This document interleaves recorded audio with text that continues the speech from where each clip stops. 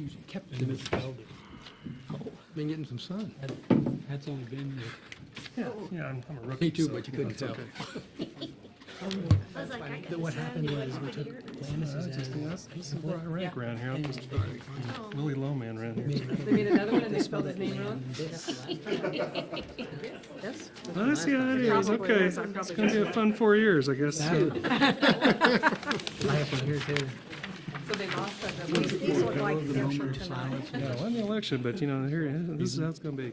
Yeah, because I think his wife took the order and his wife knows where it's at, but they I've been called worse things, though. moved out basement, so she wasn't there. Oh, so that's why it got Firemen misplaced. and soldiers who were deployed, that's exactly. Are we ready for Freddie? Let's just give me a moment. Okay. We'll do that. We'll do that. Ready? Jim? You're on, boss. Good evening. I'd like to call this commission to order, and beginning, we'll start with a moment of silence.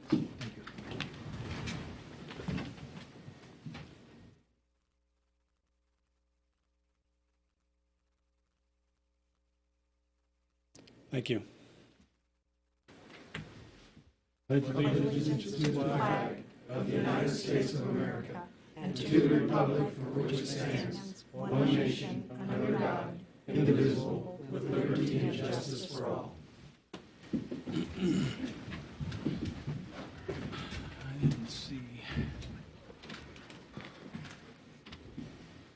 didn't see if there was any public comment. There are. There are? Slate's clean. No, Slate's okay. clean. Okay. Being there are no public comment, we'll move forward with the consent agenda.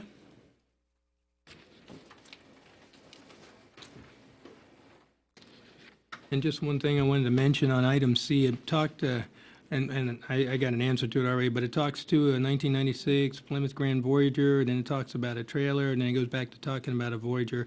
I have clarification, it is just the Voyager that's being sold as surplus. Okay.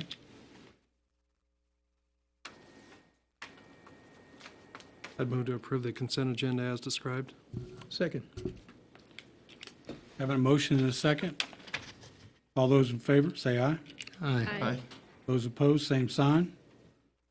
Motion carries 5-0.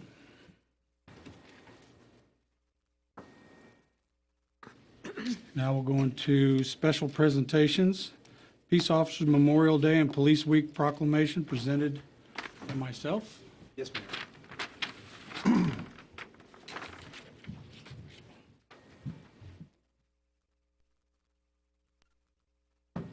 Okay. Proclamation, Peace Officers Memorial Day and Police Week.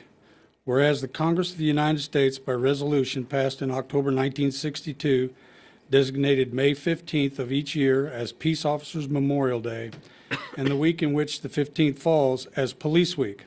And whereas all Junction City police officers currently serve our community, combating crime and assisting the general public on a daily basis, and whereas the safety and well-being of citizens of this community are in the hands of these dedicated law enforcement personnel, and we acknowledge the importance of their pursuit of justice.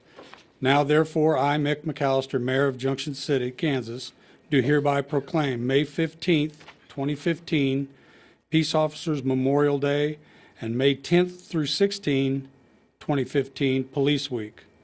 Further, by Public Law 103-322, 36 USC 75, it is directed that the flag be flown at half-staff on Police Officers Memorial Day, given under my hand and official this 5th day of May 2015. Thank you, Mayor. Thank you. Appreciate it.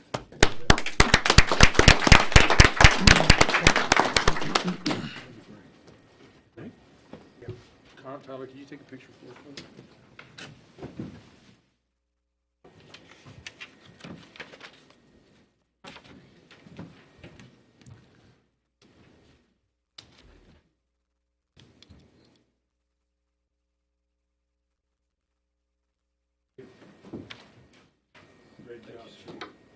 Mayor, if you don't mind, I'd just like to mention that we will be deploying our honor guard. Captain Barisi's honor guard will be deploying on Friday to the state capitol building for the memorial ceremony. This will be the breakout of our honor guard in their new uniforms. We've bought some new equipment for those folks, and they will be attending this on Friday at the state capitol building. So we hope to get some photographs, and we will at some point after this session that they're going to Friday, probably bring a couple of the officers up here so you can see what their uniforms look like. We bought new coats and some new gear that we think really kind of kicks the honor guard up a little bit more to like Topeka's honor guard. So we're real proud of that. So we'll make sure we come debut that. But along the lines of this, obviously there's a week to remember those who've fallen in the line of duty. Junction City Police have, over the history of the department, has lost 4 in the line of duty. The latest being was in 2001, Officer Alex Johnson. I think many of you might have known Alex, killed in the line of duty on West 17th Street.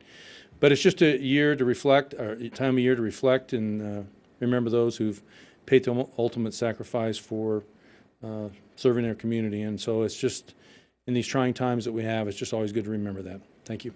Chief, what time is that ceremony on Friday? I believe it's at noon, sir. Okay. I believe. And it will be at the State House at the Law Enforcement Memorial, so. Okay. Thank you. Thank you. Thank you.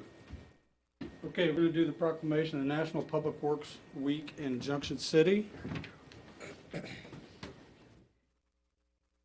Greg, Ray. City of Junction City Proclamation, National Public Works Week, May 17 through 23, 2015.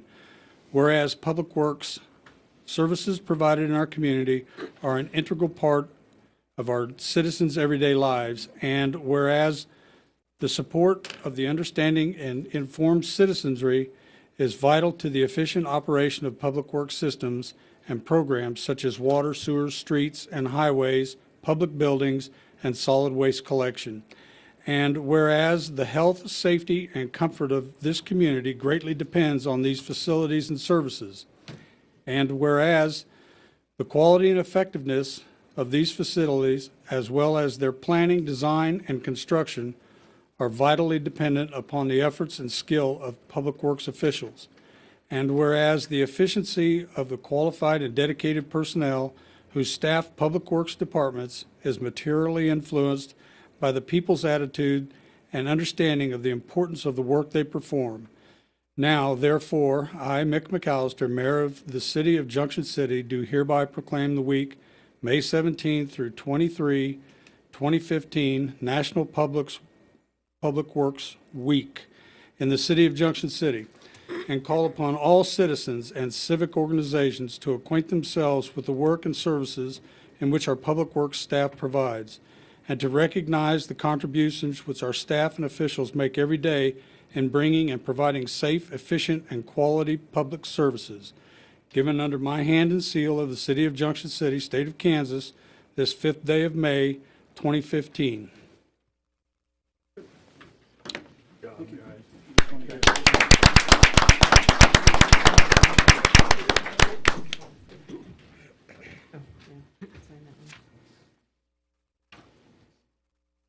You have to poke them. Thank you. Thank you very much.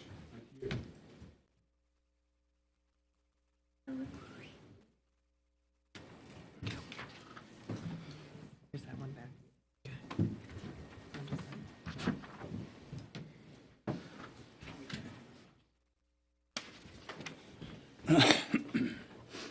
Okay, new business.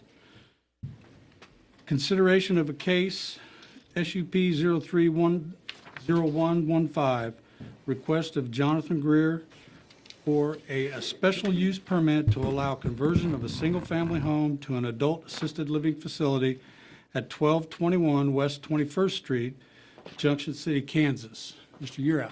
Mayor and Commissioners, this matter comes before you with a recommendation from the Planning Commission to deny this request. The packet of materials that was in the information was in the packet. This was first heard at public hearing by the Planning Commission at the March meeting. At that time, there were several issues and questions raised by staff and the Planning Commission concerning details with respect to what all was proposed to convert this single-family home into an assisted living facility. Questions about code compliance, whether they were fully aware of all the requirements, and concerns about some other issues with respect to the operation. Planning Commission voted to continue that until the April meeting, at which time the applicants were requested to return with more detailed information regarding the request. At the April meeting, no one showed up. So the Planning Commission took the action to forward it on to the governing body with a recommendation of denial, with the basic basis for that being that the information requested with respect to how that house was going to be converted and used for a facility as proposed, and was noted in the staff report. And I think maybe if you've read those, you'll note that one of the concerns had to do with the impact on the neighborhood, particularly with respect to parking, because given the scale of what they were talking about between employees possibly, as well as other people in the area, it was projected that the regulations would require up to possibly 8 off-street parking spaces, and there's just not room to do that. So staff is recommending also that it be denied. We understand the desire and applaud the efforts made by the applicants to pursue this, but there were just so many other questions that were left unanswered. Commissioner Sands had noted and requested also that the cover memo should reference that Mr. Greer is a CNA, not a CAN, not a can. And in response to that, I responded back to the city manager and even corrected it in the email going back. So but he indicated he is a CNA. So anyway, be happy to answer any questions you may have. And Mr. Greer isn't here tonight either, is he? Mr. Greer's not. Are you guys with? No? No, there's nobody here, apparently. Okay. And the house is empty right now? I believe it is. I think Mr. Greer's mother was the last one to reside there, and she passed. I think there was a sibling that was somewhat handicapped there, because they make reference in what they reported to the Planning Commission that there was some handicapped accessibility issues, at least to get into the house. It's a raised ranch. But we were unsure as to whether or not it was going to meet the requirements the state would require for a full assisted living facility, when you get into bathrooms and hallways and doorways and everything else that was going on. And that was the concern. Do they fully understand what they're getting into? And the Planning Commission asked for some indication that there was knowledge of what was required, and we got nothing. Okay. So there never was a follow-up with plans or architectural drawings? They had been talking initially with Brett Deem, and I'd had conversations with him, and he was expressing some concerns, but nothing was ever fully materialized. Before the April meeting, we contacted Mr. Greer, and he advised that they were working with an architect out of Manhattan, and they would be bringing the information to the meeting on the 9th, and they never showed up. Okay.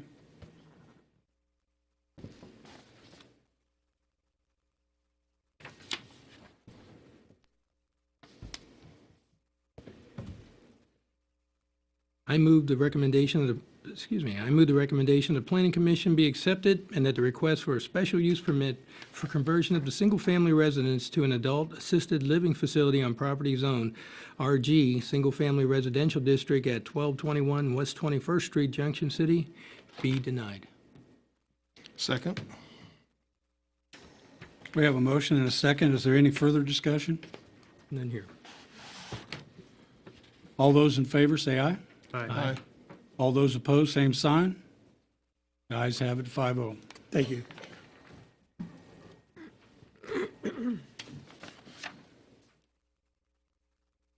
Next on the agenda is consideration of Toby's Carnival to be in Junction City from May 10, 2015 through May 16, 2015. Who is presenting that?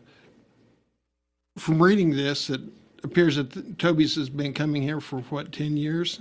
Mm-hmm. And Chief Brown, have there ever been any problems with the carnival? No, sir. We've had a few incidents, but never with the consequence. Not to say that it couldn't happen, but I don't have any concerns about it. All right. Okay. And Chief Royce, do you go out with codes inspector to inspect them when they set up? I have no further questions. None here. I would move to approve the recommendation to approve Toby's Carnival to be in Junction City from May 10th through May 16th. Second. We have a motion and a second. Any further discussion? None here. All those in favor say aye. Aye. Those opposed, same sign. The ayes have it, 5-0.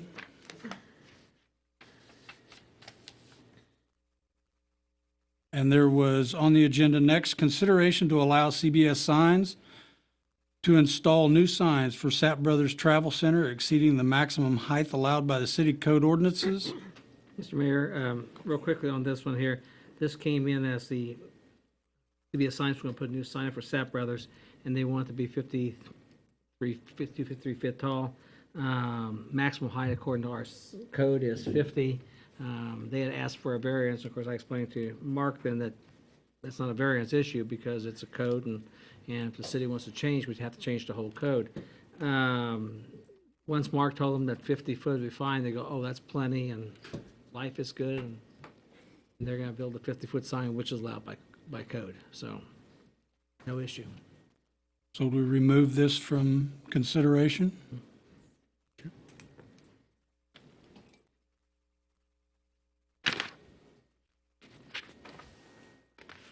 I don't know if we need a motion on that or not. No. Okay. No action. No action. No No action. action taken then. Okay. Next on the agenda is consideration and approval to schedule public hearings for the water and wastewater treatment plant projects through the Kansas Public Water Safety Loan and Kansas Water Pollution Control revolving funds. Yes, Mayor and City Commission. You have within your packet a copy of an advertisement for both the water and wastewater systems. As we tried to outline to you in the report, is in order to meet the overall schedule, and I should point out that I did put on your table, it's part of page 105 of the packet, an enlarged copy of this schedule. I know it was probably rather hard to read in a 8.5 by 11. I'm not going to really cover this as far as, but I wanted you to see the complexity of the overall program as we continue to move forward with the design reviews. And we actually completed the 90% reviews internally with city staff and Viola Water this morning. So hopefully those projects are moving on to KDHE for permitting. But what you have before you is we're looking to be able to advertise for this public hearing within the 30-day time frame. And because of the timing of the city commission meetings, we want to be able to stay consistent with the schedule that we've presented to you here, keep these projects online.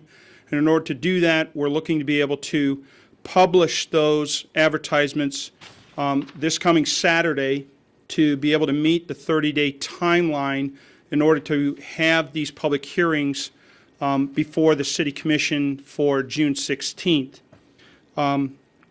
As we've noted to you previously, it has been the city's intent to try to use these two funding mechanisms to offset the overall cost of these projects, where the intent is to borrow money from the state for a period of a 20-year loan, and then as we collect dollars through our rate adjustments over the next several years, we will use those monies to make the payments into these as far as for these loan programs over the next 20 years. Yes, there is the potential we could use notes and alike, and we've discussed this a little bit with Mrs. Beatty and also Mr. Dingle on this. We don't want to lose the opportunity of pursuing this program, and that's why you have this before you this evening. In summary, we're looking at, this is just for the Phase 1 portion of the projects. You've got a preliminary cost estimate for each of those projects in your packet. Combined, they're roughly around $24.5 million. If you have specific questions regarding this schedule, I've asked Don Lindman to show up with HDR Engineering to maybe clarify those that I can't. You'll see that there are several items throughout this as we move forward through this program that will need to engage the city attorney.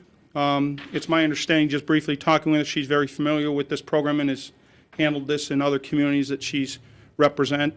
Greg, So- that's not accurate. Okay. Not these particular Not these- programs, but okay. other state revolving Okay, loan all right. fund I'm sorry. programs, other ones. Okay, I'm sorry, I guess spoke out of turn, didn't mean that. But in any event, we'll be looking to work with her directly on several of these pieces because they are going to require some review on the city's behalf. So with that, I'd be happy to maybe try to answer any questions you may have. Again, we're just looking to schedule the public hearings. Mayor, we will continue to look at other financing, so we're meeting with Mr. White in a couple of weeks. KHE loans are substantially a cheap loan rate, and even we may look at others, but we need to start the clock in place. And even after the hearing process, if we find there's a better deal out there, we still have that option, and there's no cost involved or anything else, so very possible, but we need to start the clock ticking on this so we can get it in line. As I mentioned last time, the city has to have all their money obligated to by some financial authority before we sign the contract, and so this is all gonna fall in place. It does not limit us from looking at other options, which we will. Yeah, and even to the extent on KDHE loans, revolving loan funds, they treat them like a grant reimbursement. So you spend the money and then they reimburse you. And so if we found something even a year from now that is a better deal, we don't have to borrow the rest of the money. We would simply close the loan out and pay a bond payment based on the loan payment of what we have borrowed from them. But the purpose of getting it on the books is that the money is sitting there and it's allocated for our city if we are requesting it. And that's the whole purpose of the hearing and setting that obligation aside by KDHE. And then at the same time that we're going through this project, Jeff White and I will do a financial analysis to make sure that it is affordable based on our projected revenues, which we've already gone through the business and modeling and rate analysis, so that's already done. And that'll be part of what we even show KDHE. But Mr. White and I are meeting on the 21st with Alan to further discuss other options of what might be available. And it still doesn't get us locked in if we found something a year from now. Well, the other, what Cheryl was saying, what you find is with KDG loans, revolving loan funds, is we'll be approved for a max of 24 some points a million between the two projects. But if we have a bill come in for $1 million. The interest for that $1 million starts that day. Yeah, that's it. We don't borrow all the money. So then in 2 months, we get a bill for $3 million. Let's pick numbers out here. That interest starts on that same interest rate, but you're not paying for all this accumulated not-used money. There's some other options out there that I thought we ran the flag up on looking at temp notes, which are cheaper, but they won't allow you to roll temp notes into state revolving loan funds. Nope. You'd have to roll those into a revenue or a GO bond, revenue bond in our case. So we'll play the numbers, but again, this is just setting the wheels in place, and that's all we're doing on June, 16th? 16th. 16th, we'll have a public hearing because that's part of the requirement, and then we'll move forward with the application process. And even at that time, we're not obligated until we start drawing. So we start drawing money down. Is there any jeopardy that with the situation that the state is, that they would stop that revolving loan fund? Once they commit. Those are federal monies in most cases. Right, and once And they those are commit- monies held by the state that they can't do anything else with. So it's federal monies that Yes. come from the state, or this, EPA, yeah. State federal water. In addition to that, and that's why we want to get the ball rolling, once they say they're gonna loan us 24 million, then they're obligated to loan us the 24 million. We can back out, but they can't, Okay, because that's why you want to get locked in on it.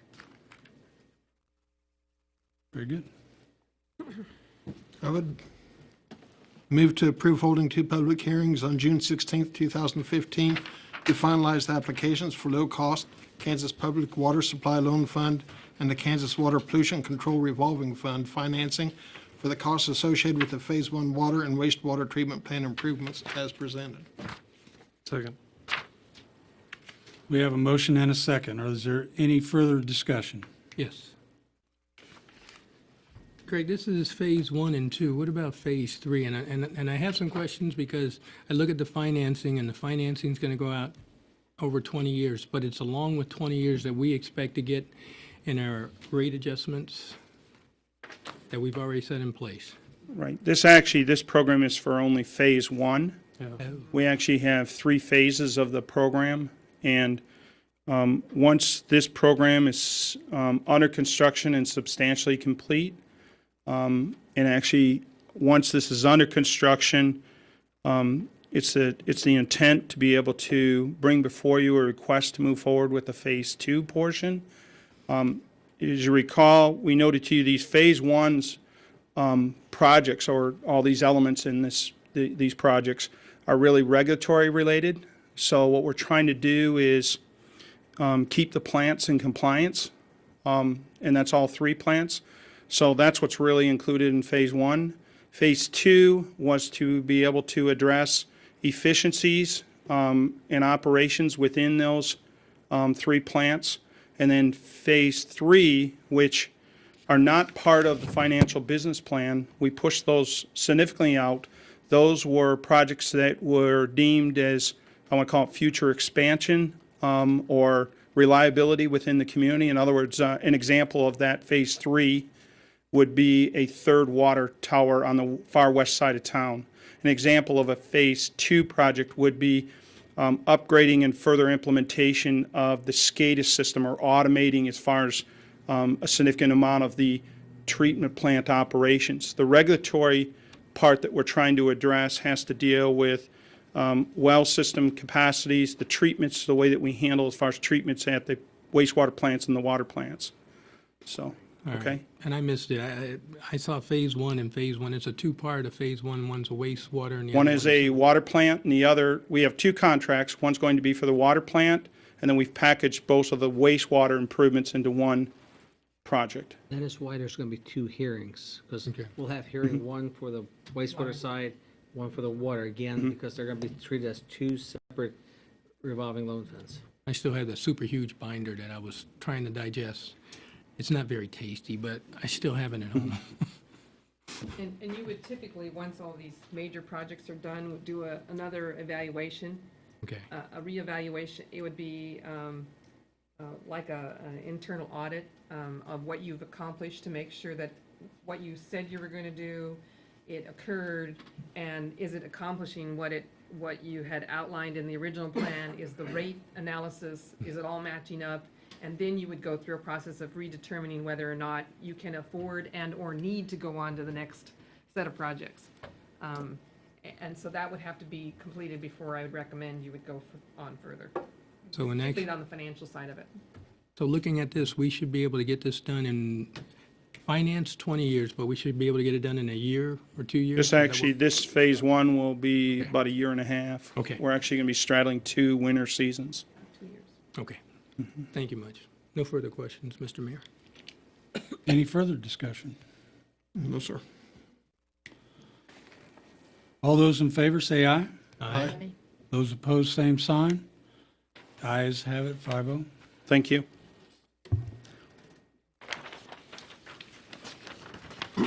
Next on the agenda is consideration and approval of award of bid, Department of Public Works Joint and Crack Seal Materials. Yes, Mayor and City Commissioners. What you have is another item included as part of the Public Works Annual Materials and Supplies.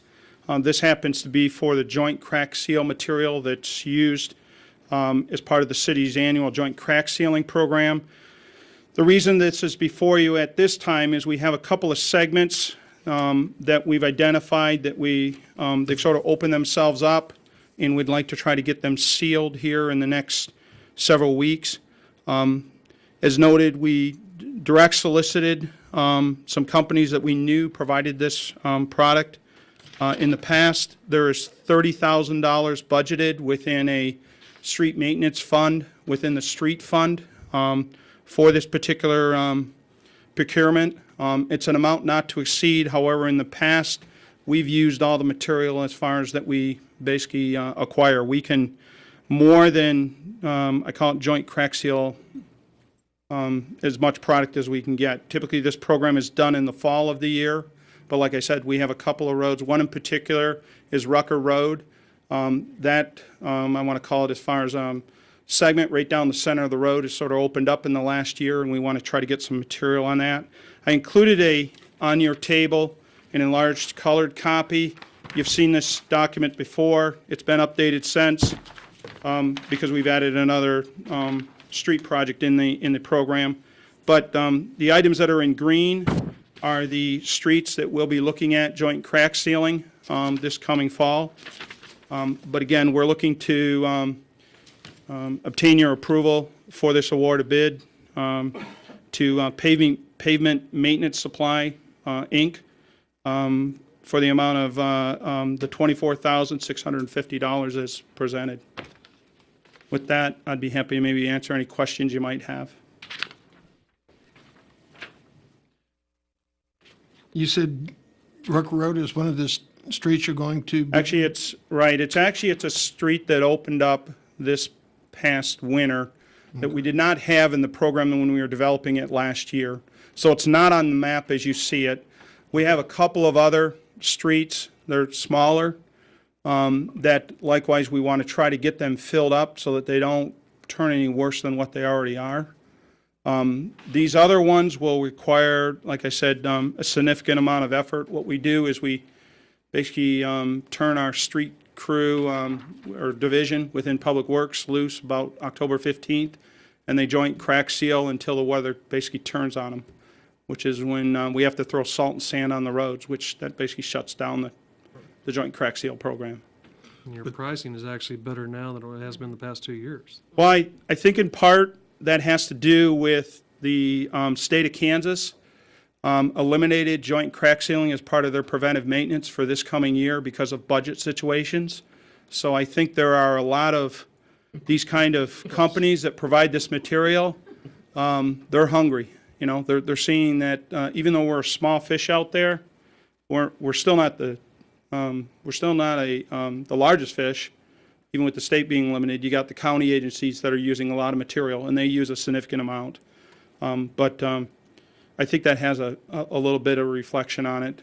Plus, I think they have a pretty good idea of what we've paid in the past on this program. And as noted in the report, this will be the third year that we've started up this program to try to do some preventive maintenance on our streets. Will this amount, 50,000 pounds, will that get us through the year? Because I'm looking at a $5,000 left in the budget.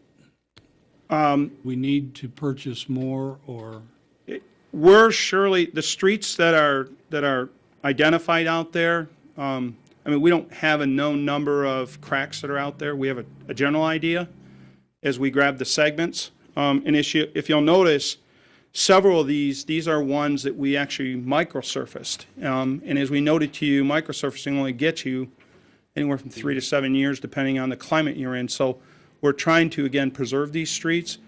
We're surely going to use all this, call it $24,000. And I think as we get towards that and we see what we're at in the season, the likelihood of us to come back and maybe ask to use that additional dollars that are allocated for this, we probably may do that in the fall, but I guess I would like to hold back on that right now. We're just looking to award the bid as we See where we put are. it out, see where we're at. See where we're at financially. too. Yep. Right.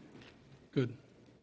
But we won't take delivery of all this material up front. We'll take a delivery that is economically acceptable because they are going to deliver it to us. We're not going to pick it up. So we probably won't take delivery of all of it because we don't have the room to store it right now because of the seasonal activity in Public Works. Okay. I move to approve the award of bid for purchase of the city's annual joint crack seal from Paving Maintenance Supply, Inc., PMSI, for an amount not to exceed $24,650 as presented. Second. We have a motion and a second. Is there any further discussion? All those in favor say aye. Aye. Those opposed, same sign. Ayes have it, 5-0. Thank you. Keep finding them discounts. Pardon? Keep finding them discounts. Right? I got a lot of holes out there. I'm using that YourGov thing. Nice if everybody. Really? Not real happy application, though, I'm telling you. Yeah. I'll talk to the IT guy about the YourGov. Next on the agenda is consideration and approval of award of bid, Department of Public Works, pavement striping paint. Right. Mayor and city commissioners, this again is another item that we've tried to standardize within the Department of Public Works. It's part of their materials and supplies. And this is for the traffic street paint that we use internally or in-house. It's not the mainline striping. This is for the striping of the 65 plus or minus intersections that we try to annually restripe within the community if they need it. There are several crosswalks included in there, and there's roughly around 20 parking lots, although we don't do all the parking lots on an annual basis. That's what this particular material is used for. Within the 2015 budget, there was a number of $21,000 budgeted for this program. As we noted, we advertised this within the Daily Union, put it up on the city's website. We noted to you that we had 2 bids received from Sherwin-Williams. One of them did not meet the specifications for the ASTM that was called out specifically in the bid document, and therefore it did not, we indicated that it did not meet the specs. Another company, we did not, they submitted their bid, but it came via email almost a week late. We note in the bid specifications that email submittals are not acceptable. They need to be submitted as far as in a sealed format to the city clerk on the date and time as indicated. So, basically, we're looking as far as for the city commission approval of the award is presented to Pavement Maintenance Supplies, Inc., as the amount indicated, which is for $15,746. And with that, I'd be happy to maybe answer any questions you might have. Mr. Mayor, let me address, as you received the email this morning, and part of open disclosure right here, one of the bidders did send a letter to myself, Greg and Ray, and copied the mayor and myself. And I've looked at it and discussed with Greg. Basically, the PMSI, or Paving Maintenance Supplies, Inc., submitted a single page here that has the price per unit for all 3 different traffic paints and the bid. There was an additional sheet that was a signature sheet, basically giving authorization to sign this. Me and the city attorney have looked at it. I don't believe that it altered, by not having that, alters anything at all. Apparently what happened, as I've been told by Greg, is when the guy photocopied, forgot to photocopy the backside. I think the bid numbers are here and they're in place, so I don't see any really irregularities right here that would affect this bid in that standpoint. But wanted to bring it up since we did receive an email this morning. That way you know about the correspondence we had.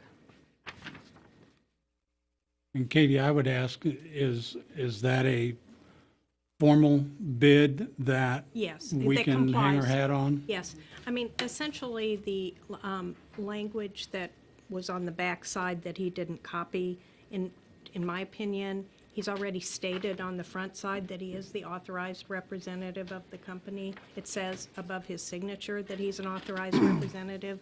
I think the additional language on the back side is duplicative of that, and so its omission doesn't affect the bid, in my opinion. And We the- have also, and I've talked to Ray and Greg today, the same vendor has offered this other paint that does not meet specs. He would like us to try some, and we'll work with him on trying some, because it's a different kind of paint. It doesn't meet the same ACM number that Ray mentioned, but I think it'd also behoove us if we could try it for, so many feet as a sample product, and maybe then in the future, staff can reevaluate your bidding process and include that product. But I also understand where Greg and Ray want to go with a proven product that they know as far as the ACM numbers they stand behind and the quality of paint. As you know, street paint never lasts where you want it to. And it's a tough, durable situation. So you want paint that'll stand up for you, or you get to do it more often. Is this a product that is used widely in the industry? The ASTM that we're utilizing is the standard spec used by KDOT. And so we've adopted that as basically as reference in our bid specifications. We actually have used that when we do contractual street work, and we put down paint as part of that. But we sort of pushed away from utilizing paint in a contractual. We used thermoplastic, which it'll last longer. But yes, this is a standard ASTM. I did a little bit of research on the one that was referenced, and yes, it is a federal highway approved as far as product, but it's not the one that we had specified in our bid document. So we weren't, if we were to accept their bid, we weren't really comparing apples to apples. We were, comparing two different products. I surely would like to, and as I noted to Mr. Dingle, is allow them to use this at a couple of intersections so we can see how its durability is relatively compared to what we do spec. And if it does perform well, then surely I think we should consider that as an alternative, or maybe it is the ASTM that we would lean towards in the future. Because if we can provide a cheaper product and still deliver the same kind of service, that's what we're after. Absolutely. Okay, good. Did we do any education of Sherwin-Williams so that they get their bid in properly next time? It wasn't that we didn't receive their bids, it was McConnell, and actually we've purchased other smaller products from them. I'm not sure why they didn't submit it on time. Okay. But I know that we'll be in touch with them numerous times throughout the year. Okay, And I think they're aware of as far as missing the deadline. all right. We also ran it by our purchasing policy of local vendor preference. And Right. we meet all what has been set by the city commission in the past. Okay. Where is paving maintenance supplies out of? Wichita? Okay. I'd move, Major state vendor. right, that's fine, I just wondered. I'd move to approve the award of bid for the purchase of the city's annual traffic paint from Paving Maintenance Supplies Incorporated in the amount not to exceed $15,746.00. Second. We have a motion and a second. Any further discussion? None here. No, sir. All those in favor, say aye. Aye. Those opposed, same sign. Motion carries 5-0. Thank you. Next on the agenda will be scheduling for the 2016 budget presentations. Cheryl Beatty. The budget presentations from the department heads to yourself have generally been set for the second, third, and fourth weeks in the month of June. The department heads have submitted their budgets to the manager and myself already, and we will be meeting with them within the next 2.5 weeks. Then we compile our recommendations and submit to you the first week in June a formal packet. Within that packet will be all of the department head requests, the manager's recommendations, and the state budget forms. Then it is the department head's responsibility to present their budgets to you and an opportunity for you to ask questions about their budget and budget process that they went through. So I asked you to bring calendars with you tonight, and last year it seemed the simplest way is to start by I need you to tell me dates that are off the table based on the calendar that we'd already X'd out dates.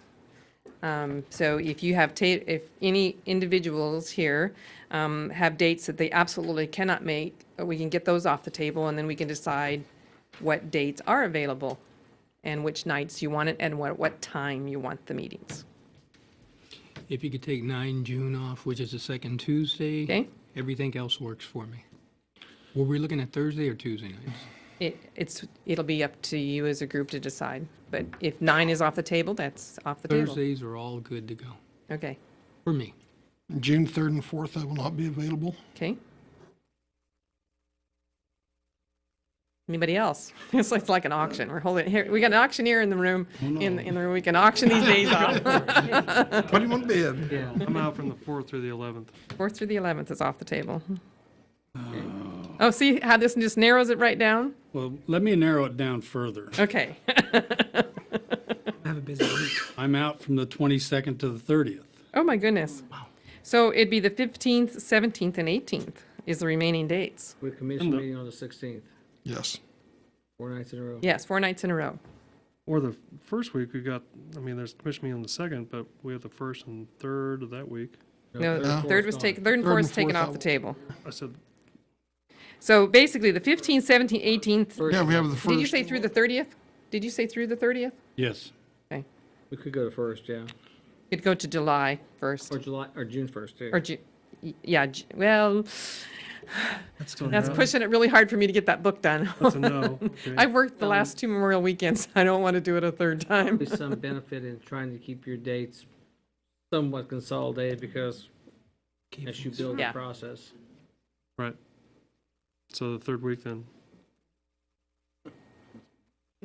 I didn't have any problems. New kid on the block. Easy to get along See, with. she's a new kid on the block. She's going to make it easy. But for Phyllis to say I'm gone that week. I do want to, this is kind of off a little bit, but I want to throw some other dates at you for another thing.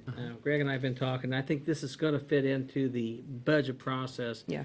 I know before, last winter, before I came here, you've had some major discussion on stormwater issues.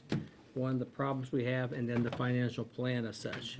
And, you know, with the needs and the regulatory issues and everything else, we need to take some look at it, you know. What we are proposing, and Greg and I are proposing, is that pick either May 26th, 27th, those would work, and on one night do a hour and a half driving tour of the city, showing the issues, the drainage issues we have and those that have to be addressed, so you can see the problems and the concerns that Greg and our consultants have.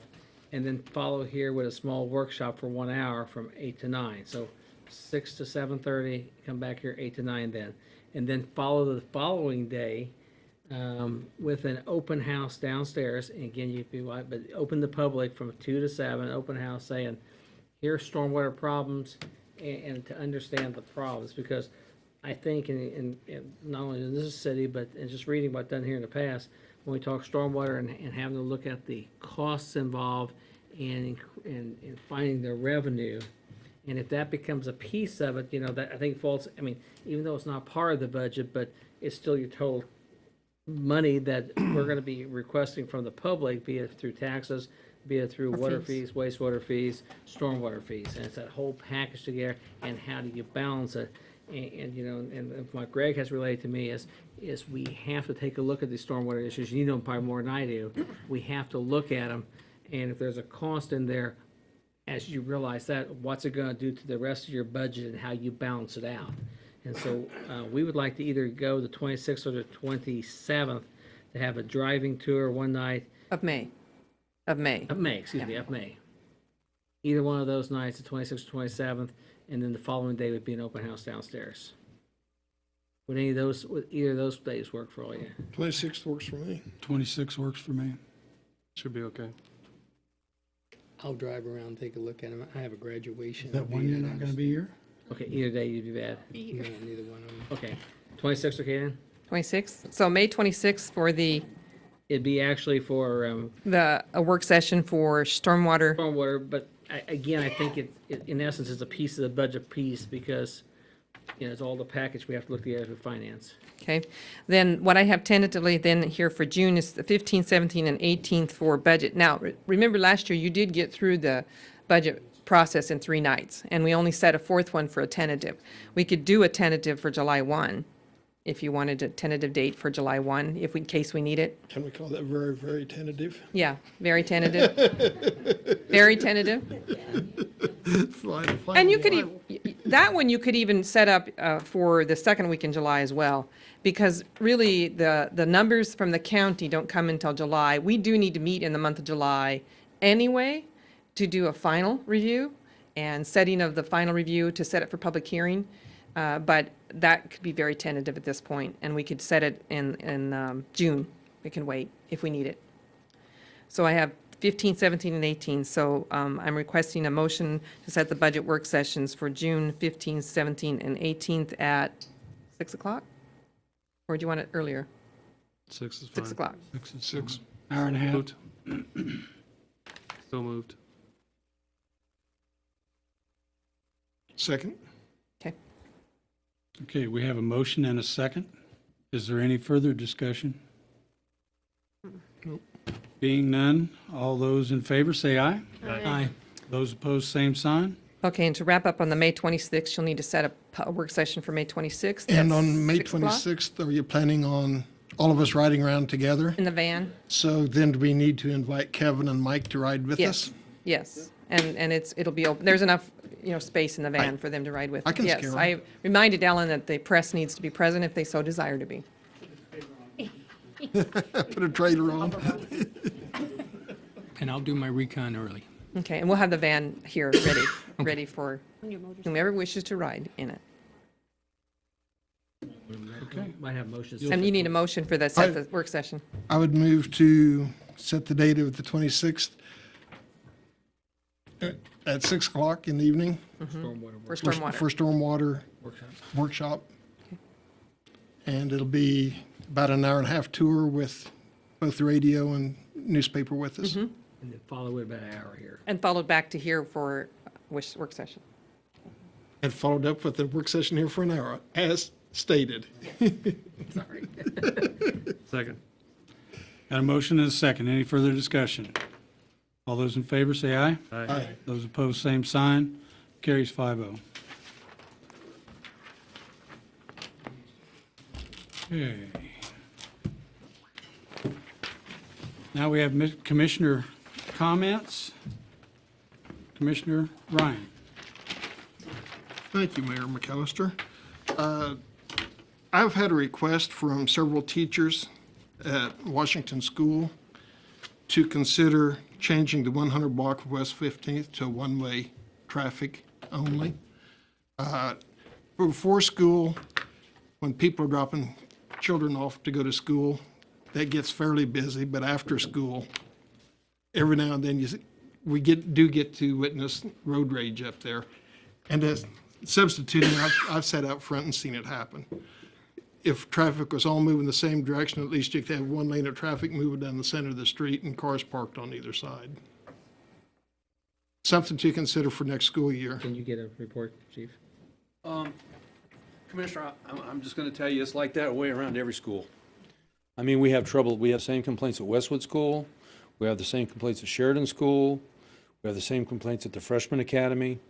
Not to say, that we can't try to go, but it's an everyday issue with people parking all over the place because their child is most important. And this goes on, we've got roughly 14 schools in this city. Yes. And I have to admit, Eisenhower, because of its, it's probably the one of them probably doesn't get as much problem because of the isolation where it is. But the other ones, I have to say candidly that they're all like that. We have the same issues. Report Sheridan School, like I said, they're all the same. I appreciate their desire for more safety down there, but it also concerns me that it may open up a Pandora's box of requests from other schools for the same issue.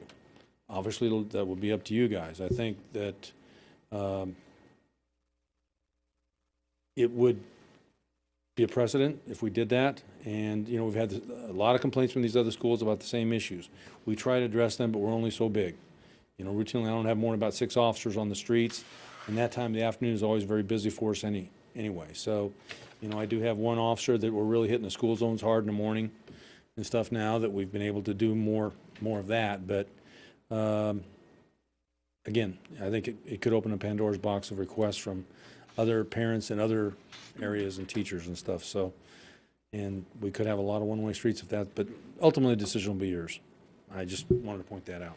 Thank you, Chief. Chief, could you staff a information paper with regards to past history and what the police department's feeling is? Well, again, like I said, you know, I think that happens a lot, but as far as reports to us, this is really about the first time I've heard anything about anything going on down there, because I know how chaotic it is around all the other schools. Because frankly, the first time I've heard something about Washington School. Not to say that there haven't been reports, because I don't know everything that goes on every day. I'm just saying, to my level, it hasn't got to me that there's been a problem down there. Even then, you know, I can't have somebody there every day because we've got all the other schools we have to take care of too, and, you know, because all the elementary schools get out at the same time. So, you know, there's only so many police officers to do so many things. And, you know, we have the SROs at the high school monitoring that when they get out. We have the SROs at the freshman academy when they get out. So we don't have really the manpower to monitor all the schools. But that's really kind of the first time, but it wouldn't surprise me that's the problem, that the complaints we have, you know, and it's the same complaint at every school, that it's a safety issue. I would agree with that. The problem is we've got parents that, you know, they park in no parking zones, and really, you know, we would, if we wanted to, sir, we could make their eyes water, if you know what I mean.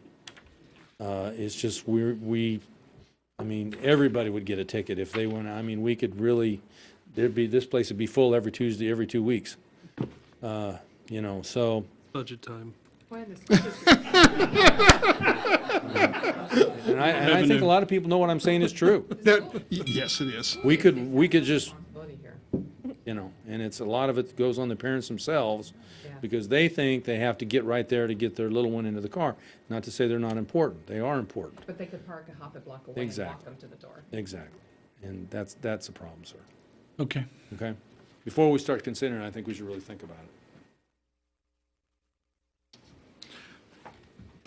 Also, something I was going to ask, the Flint Hills Regional Council is coming up the 15th.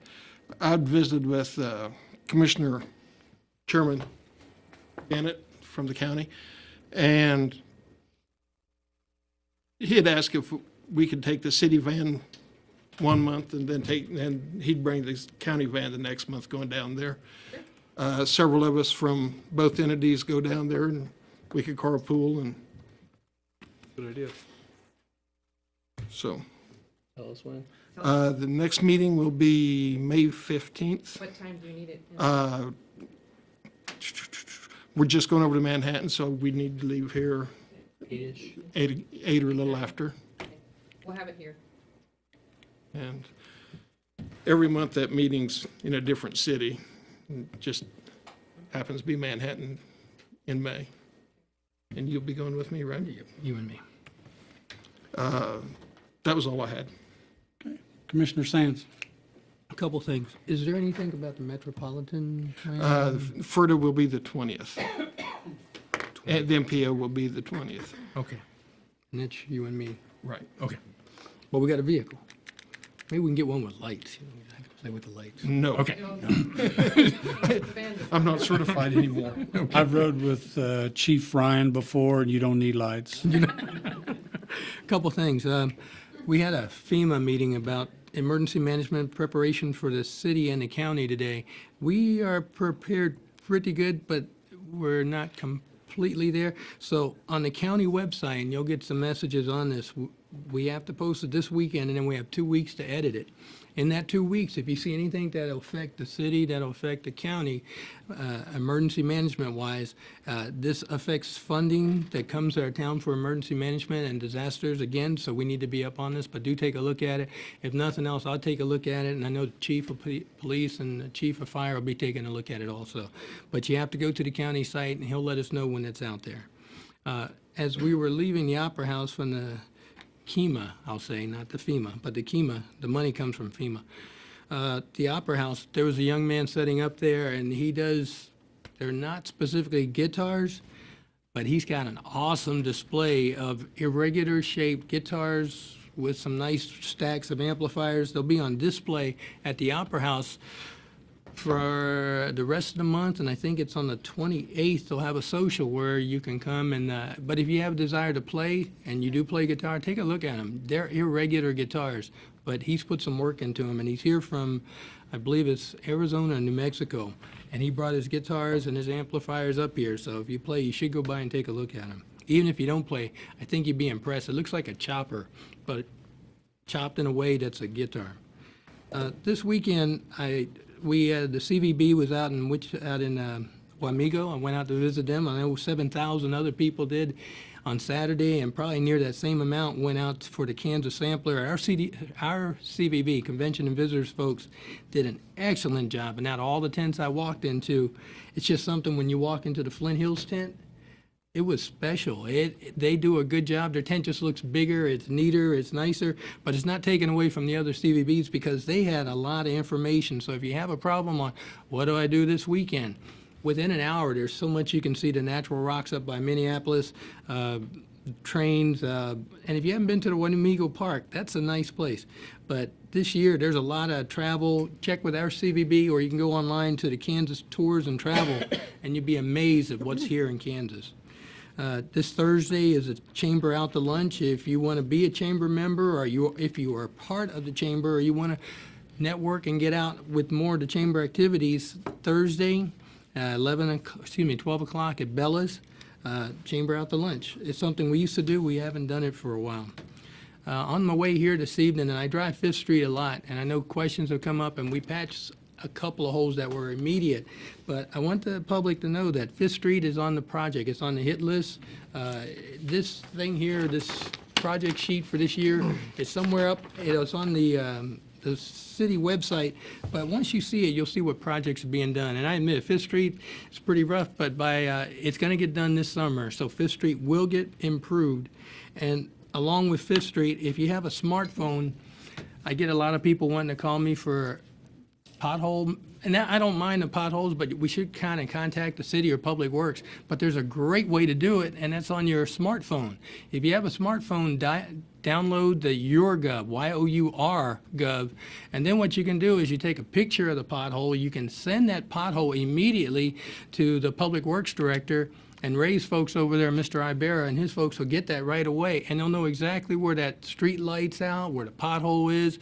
It's got a nice menu, but I don't mind being called, but I'm just saying you'll get quicker response if you go to YourGov, Y-O-U-R Gov. It sometimes doesn't work for me, but I think that's but as I walk around town, I try to send one a day. I'm not sure if you got it or not. Mr. Mayor, that's all I have. Thank you very much. Thank you. Good coverage. Commissioner Fitzgerald. Well, I just wanted to say that this past week I had the opportunity to get out and visit some of the department heads. It was set up, and those departments, they gave me a briefing on their operation and what they do and everything. And those departments was the IT department that's headed up by Jim Gurman, Parks and Recreation by Ed Lazier, the Public Works headed up by Greg McCaffrey, and also I visited with the Police Chief Timmy Brown. What I like to say about those visits was I really appreciate the time that you all took out of your schedule to spend with me, to give me a briefing and a rundown on your operations and everything that y'all do. And at the end of those briefings with all of y'all, I really had a better feel and understanding of what you do on a daily basis and what all it entails for you to, for y'all's efforts and what your employees do for all of us here in Junction City. And I know I have a few other department heads to visit with, and I'm looking forward to those sometime in the near future as well. One of the other things that I had the opportunity to do was the Public Works did that acoustic sewer inspection system. So I made it out to see some of that operation, and I was pretty impressed with how it worked and everything. And what it does, from what Mr. McCaffrey told us at the last staff meeting, was that they had it on loan for a demonstration trial period, and that they were going to let us know when they had it out, which they did.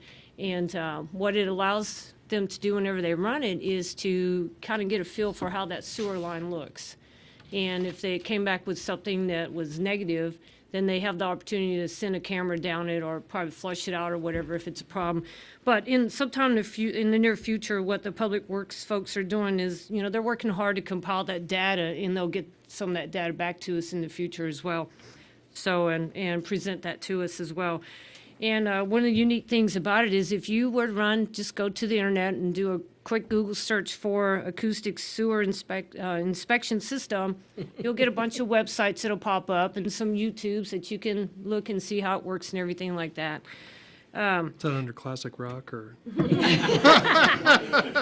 And actually, I was at both ends of it. Myself and the city manager, we were both out there, and we were at both ends of it. So, we're at the receiving end first, and you could hear a little bit of it.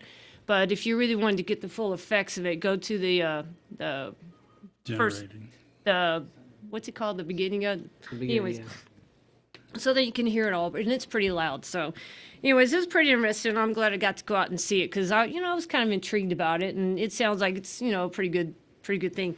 And a couple other little things, and then I'll be done here. With the National Police Week coming up, and also the Peace Officer Memorial Day, what I really want to just say is, just thank all of our law enforcement personnel for all that they do, serving and protecting not only me, but all of us here in Junction City, all of us citizens. So we really appreciate all that law enforcement does for us.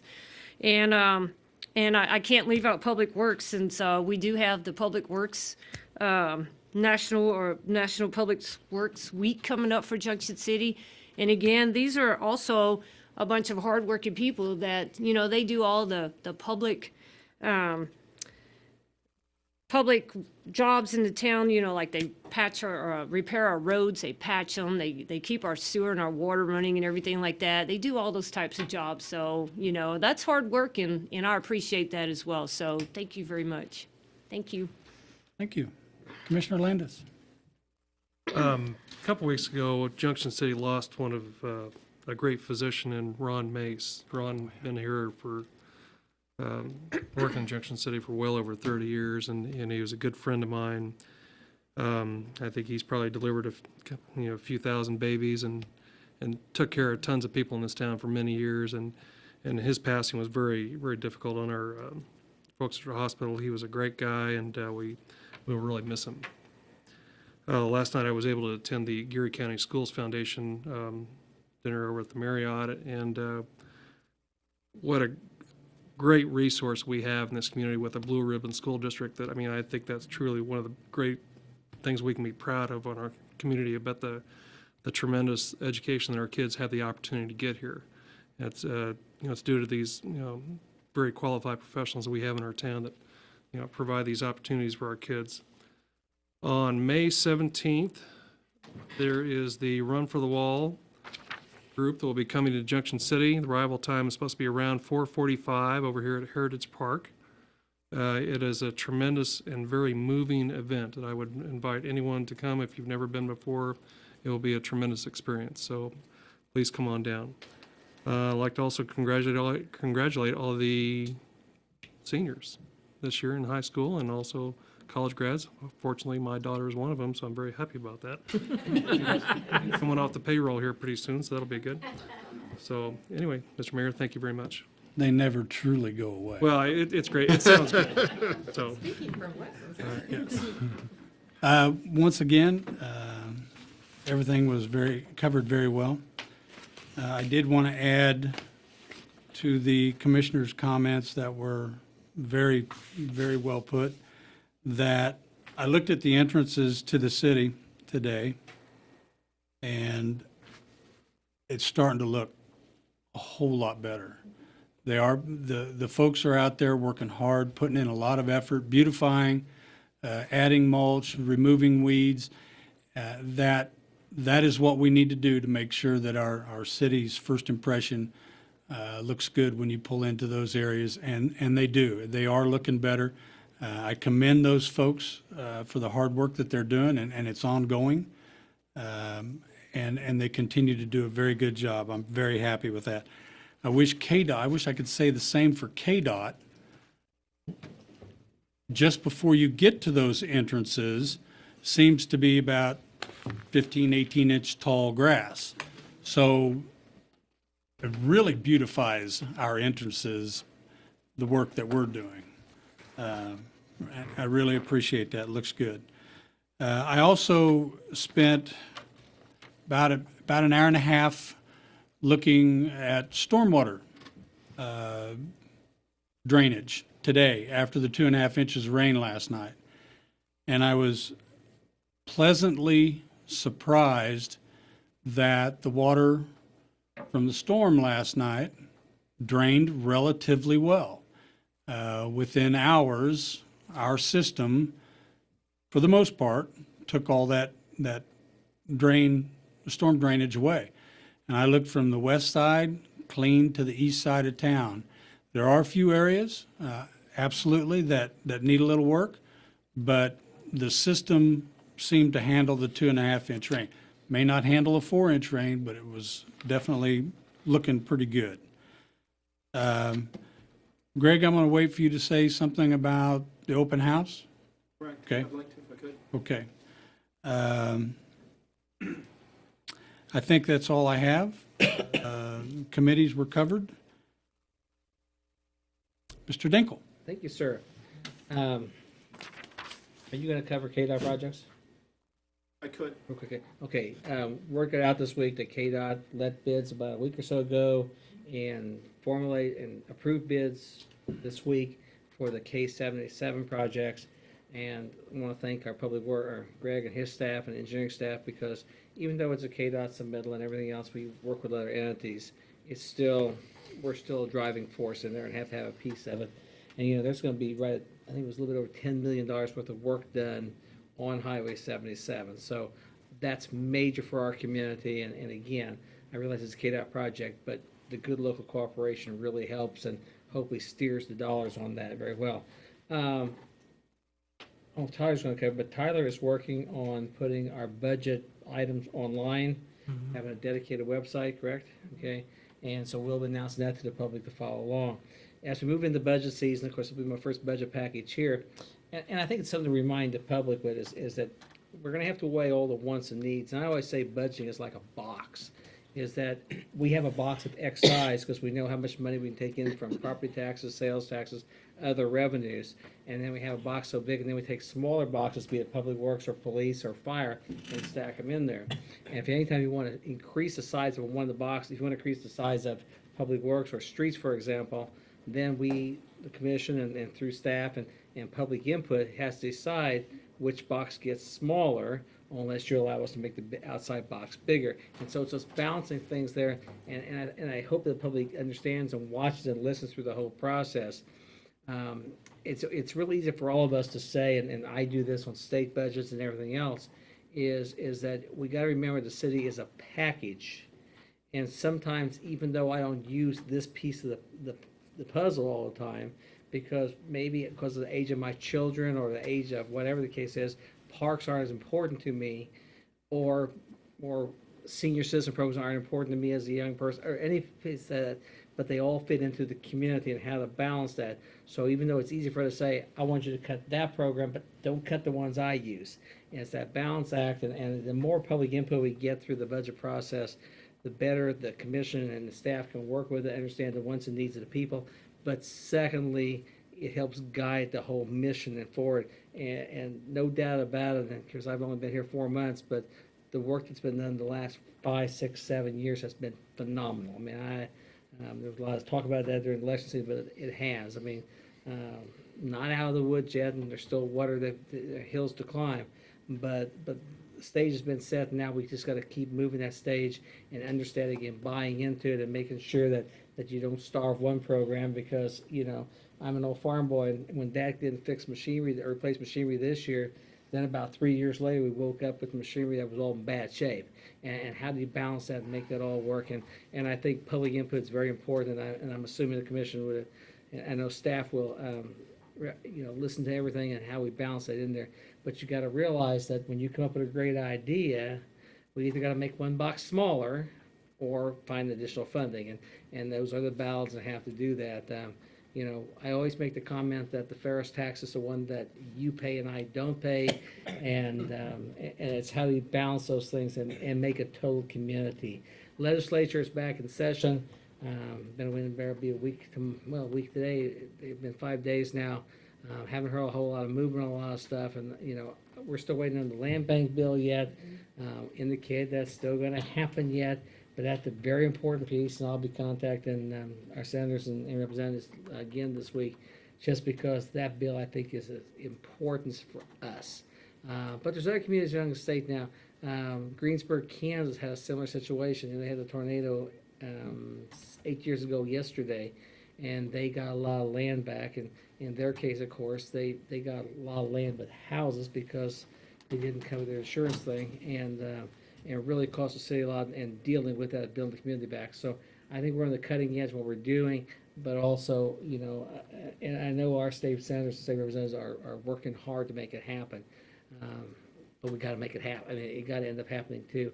A number of us attended the Junction City First program tonight for those, and we attended as individual people, not as city officials, because of investments that we've made into an economic development program, and hopefully we can combine that with city and county efforts for growth of the community. There's been a request, and something that we're going to have to bring up between here and the county and the chamber, of changing the EDC board. Right now, the EDC board has 3 appointments by the city, 3 by the county, and 1 by the chamber, since the chamber is our contractually obligated to manage the program for us and for the county. Some talk that the new investors board would like to have some membership on there. So the key would be, is do you grow the board to 9? Do you keep the board at 7 by shifting? And that's where it becomes, because nobody likes to see shift, especially maybe their position. So it's something that's going to have to be talked about in the near future. But I think that program's up and running. A board was elected tonight over there. So, and again, not a city project, but one that I think ties with city efforts and makes forward. Chief Royce, I'm going to pick on him real quickly. His department hosted the State Firefighters Association a couple weeks ago. Excellent event. His staff did a great job. If you don't know, I put it in my 515 comments a week ago. We now have a fire department color guard, and they did an extremely good job. And again, I think it's another thing, like police honor guard and everything else, that makes our city strong and noticeable to everybody. And I'm very thankful for what the staff does. And with that, I close. Thank you. Thank you, sir. Ms. Beatty? The only thing I have tonight is to give you an update on the Opera House tax credit program. The tax credit accountant has finished his report, and he's delivered it to Jeff White. Mr. White is going to go over it with Katie Logan and I on this Thursday morning. And then once we hear about that, then we'll make a determination of what next to close out the tax credit program for the Opera House, and we can move forward with the final discussion with who is going to manage the Opera House officially beyond the tax credit program. Is that still an August 14 date? No, that was last year. When it went to the foundation? That's when all the call and the put options were started. Right, so what happened was last year, there was a deadline of August 15th, or August 14th, roughly, for the tax credit limited partner to what's called put their interest back to the limited partnership, but they didn't do it. So we're in a period where the city can, what's called call that interest, to make them go away so that we can have a direct contract with the Opera House. But a determination had to be made as to whether or not some cost had to be paid to the tax credit limited partner, and that's what this outside valuation firm has come up with a report on that. So since we have that report now, which we will get, I mean, it'll all be reported back to you, but we're getting a preview of it on Thursday. That'll all be reported back to the city. So it should allow us to move forward quickly to wrap that up. We'll get a better understanding, so we'll know what to report to you. Yeah. And then once that's reported to you, then, and a recommendation will be made to you on what next. And then we go from there to finalizing what we want to do with the management of the Opera House, so that they can basically build their plan of action or business plan for the future, to develop the future of the Opera House. Okay. So that's all in the works. Other than that, I'm just working on budgets and audit. Very good. Mr. Ficken. I have no comment. Chief Brown. I'd just like to bring the commission up to date now. If you've read my 515 report over the last several months, you would well know that we are coming to a very close point to our installation of our new 911 system. The 911 system will go live May 13th at 3 o'clock in the morning. It's going to be about as state-of-the-art as they can get. If you were not aware of it, we had an old 911 system called Rescue Star, which was antiquated and no longer supported by Microsoft or by CenturyLink in April. And so we will be going live. It's a new Airbus system supported by CenturyLink. It's over $300,000 project, paid for with the tax money that you see on your cell phone and on your landlines and your internet phones. It'll be paid for solely out of that. No taxpayer money from the city or county will be used in this project. We've been training last week. Our administrators were trained last week. We have our dispatchers training today and tomorrow, and we will go live with that next week. So we're real excited about that. We will have about a state-of-the-art 911 system in our county as anywhere in the state of Kansas. It's the same kind of system that's been approved by the new 911 board, so we're going to be probably one of the first agencies in the state to have something like that. I think Manhattan just put theirs in here not too long ago, but we will be having one also. So that'll go May 13th at 3 o'clock in the morning. And there will be a number of entities there, CenturyLink, Airbus, Voice Products, KCOM, along with all the governmental entities there to work and make sure that this is hopefully a flawless transition. And there will be training ongoing that day and the day after to make sure that our agents, our dispatchers know what they're doing. In addition to that, May 19th, we go live with a new phone system at the police department and the sheriff's office and the drug task force. They will all be integrated into one phone system. Previously, it had only been the sheriff and police. Now the drug task force has been brought in. They are on another off-site location, and so these will all be brought in. This was replacing a 20-year-old phone system that was to the point where we couldn't add any more lines. Phones were breaking, so on and so forth, and we just came to the point where the commission approved this here, I think about last October, I think, and we finally come to the point where May 19th at 7 o'clock in the morning, we'll do the switch over to that also. So a couple of exciting things coming up in the area of equipment at the police department, so I just want to make you aware, and I'll keep you appraised of how everything goes, hopefully flawlessly. So Thank you. Nothing else. Chief Royce. Nothing, sir. Mr. McCaffrey. I forgot Katie. I do have a couple of items. One is Happy National Drinking Water Week to all of you. You may have forgotten about that, but we haven't. We have a open house that we are jointly sponsoring with Viola Water and the city of Junction City. It is free to the public. It is from 10 a.m. to 4 p.m. at the water treatment plant. That's located on K57 as you're going out of town. It's the facilities right across from the airport. There is a free lunch provided. Armor Eckridge is helping to sponsor this. They are providing the hot dogs and sausages. Kerry Peterson and his staff will be doing the grilling. So if you're looking for a place to grab a free lunch and learn a little bit about the city's water system and all what it entails, not just a tour of the water facility, but we have some free giveaways to recognize and celebrate as far as this National Drinking Water Week as well. So I encourage the public as well as city employees and I guess all employees within the community of Junction City to feel free to stop by and if anything, grab a free lunch. It's tomorrow. Tomorrow, correct. It is tomorrow, that being Wednesday, from 10 a.m. to 4 p.m. Yeah. And there will be no pop served, only water. So Thank you. please attend. The other item, I just wanted to follow up very quickly on what Manager Dingle had indicated to you regarding KDOT. We didn't want to get our material out there too early. We have some materials that we are going to put out regarding these KDOT projects that are going to be starting up. As you recall, and this project's been out there for, I want to say, a couple of years now, there is about $40 million combined work that ultimately will be done along US 77. And that is correct that they recently just awarded several of these projects. They packaged them together.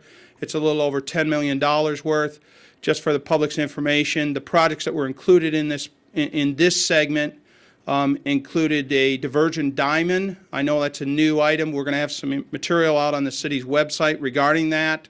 It's basically a new interchange realignment to improve safety and efficiency at the intersection of US 77 and I-70.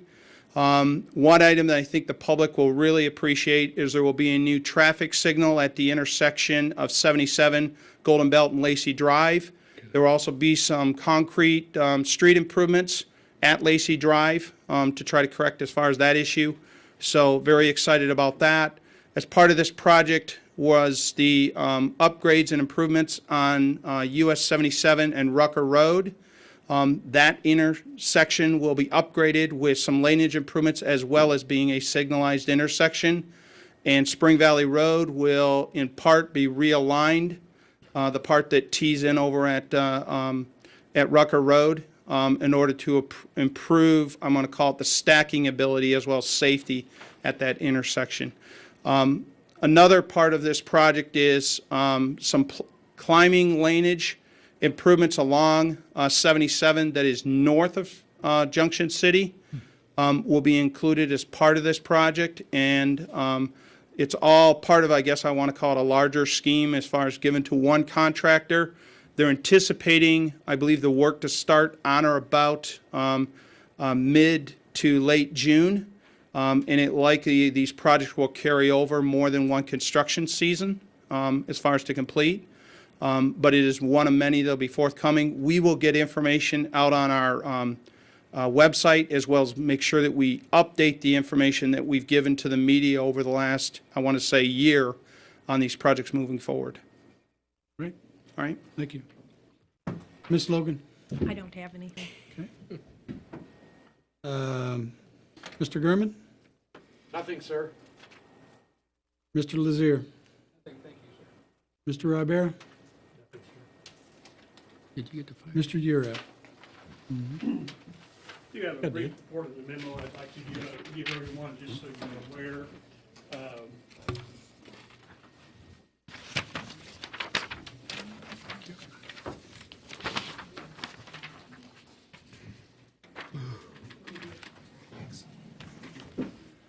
This is a brief status of where we are on the land bank. We've been waiting, as City Manager Dinkle indicated earlier, on the legislature to deal with the legislation that will modify the land bank laws regarding the ability to re-amortize the remaining specials against all the lots. And as he's reported in 515 reports before, the bills independently that were passed or approved or submitted in the House and the Senate both passed, but they were not identical. The House modified it by adding Wyandotte County, and the Senate modified it by changing some language with respect to removing the county treasurer as being the named entity on tax issues and just making it the county. But they both passed both houses. There's a procedurally, the legislature will then create a committee made up of House members and senators who will create a reconciled or consolidated bill. That's kind of where it is right now, and we're just waiting for that to get reintroduced back in and processed through the legislature. And as Manager Dinkle has indicated, there may be some games go on with the legislators as we work through, because they'll consolidate this with other tax bills. But we're still very hopeful that it will, at the end of the day, pass through. Historically, bills that pass will become effective July 1. And if they continue on that same time frame, then this law would be in effect July 1. With respect to the individual lots, we've kept you informed as we got information from JCAT. We have been able to get indications that we can get clear title to some of the lots. Primarily, all of Olivia Farms has been indicated it will be available for clear title. That's been passed. We submitted some earlier lots that went through with a different developer builder group, and those passed. But we've submitted lots with respect to all the other builders. It was not just one builder or developer that was involved with the defaults. There were like 15 of them. And so each one has got to be evaluated. And so we've submitted those requests to JCAT. I talked to Todd this afternoon, and he said they're working through the process. He's hoping within the next week to be able to give us an indication whether or not we can also get clear title to some of those, or whether or not we're going to have to look at some other action, which could be a quiet title action, which the county has indicated they would do. We are working internally and putting it together detailed reports on all the lots, all 940 some lots that we've got. We're hearing a possibility of about another 150 possibly coming in a tax sale that may happen this year. We're putting information together with respect to each lot. We'll get you the information which identifies all the particulars with each one of those lots. How big is it? What's the size of it? What are the particulars? Also, what we're trying to do, and that memo talks about that, is to identify the amount of specials that have been levied and lost, or that have been essentially had to be written off. Because the feeling that we've got internally, I believe, is that that's the investment the city has in each one of these lots. We may have gotten a quitclaim deed and the gift from, if you will, the county out of the tax sale to the city as far as title, but they're not free. We've got an investment, and the taxpayers have an investment in those lots.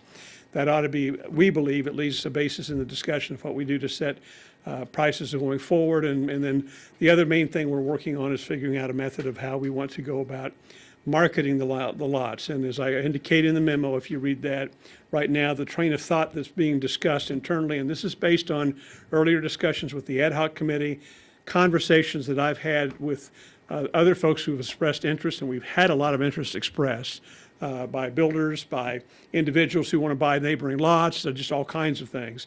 What the thought process is to come through, and we'll put forward to the ad hoc committee, hopefully in the next week or so, we'll call the meeting, and talk about this in more detail to set policy. But the idea would be, right now, do a sealed bid process. Have the Board of Trustees, which is you all, identify which lots will we make available. Which ones do we know we got clear title to, and do we want to make available, and then open it up as a sealed bid, have in reserve maybe a minimum price with the ability to reject the bids, but that way, and identify to anybody that's interested, here's the lots that are available. We'll take sealed bids to this date. Anybody that's got an interest can present their bid. It can be for one, for all, we don't care. But that way, everybody's got an equal shot at the same time on the lots that will be made available. Don't believe, and this has been talked about from the beginning, that we're going to make all 940 lots available at one time. And we have a number of lots where people have got a specific interest in that wouldn't be available to even be considered for clear title until the end of June anyway, because they've got the 1 year, and I know redemption is not the right word, but it's the 1 year period that has to occur before the title company will give clear title. So we'll continue to try to keep the cats herded and moving in the positive direction. Most of the discussions that I've had, and I know Alan has and Cheryl has as well, people who have called or inquired with respect to lots, great interest, but the underlying question is, well, what's the city going to do with the remaining specials? We share with them the plan, but until the law gets passed, there's nothing we can do. So nobody's really, I think, anxious to move too forward, or too rapidly, but there is an interest out there. And it's not only just from individuals wanting to buy neighboring lots, but also we've got some builders that are currently active in the region that are basically saying, we're extremely interested because this is the only place lots are available. We like that. And so once we're in a position to start making them available, I really do believe we're going to see the monthly report and the total of new construction permits issued in the city go up significantly. So we're moving as rapidly forward as quick as we can. We've also got to work through and deal with the transition on identifying the lots that will be the land banks, because Jolene, the city treasurer, will need to be certifying specials for this next year to the county. In the next 6 weeks or so, we've got to take action to make sure we pull the land bank lots out and not respread the specials again that we're not going to collect and start that whole process over again. So there's just some housekeeping and cleanup issues and other issues we're working on that. Great assistance from the county, particularly the GIS. We're putting together some really good information that will be made available in little booklet form so that all of you will be able to see, and we can identify any lot you want to look at. We pull it up and you'll be able to see on a sheet, here's the lot, here's the size, here's the square footage, here's what's been invested, here's what the current specials rates are, here's what we might be able to do. And so it's all, and we've got individual files on. Cheryl just took that whip and beat my poor secretary to death. Every lot, all 904. We have individual files set up on each one of them, so as we get paperwork on any individual lot, it'll be able to be kept and maintained, and we can keep accurate records on all that stuff. So wanted to give you this just so that you can have that available and know. I know it's been talked about before. And in all honesty, I believe that it doesn't make sense to move forward too quickly until we get clarity on what's happening with the legislature. So that's all I've got. Thank you very much. Great update. Mr. Peterson, do you or Viola Water have any comments? Okay. I make a motion, we adjourn? Second? Have a motion and a second. All in favor? Aye. Good night. Vote. Nothing on leaving.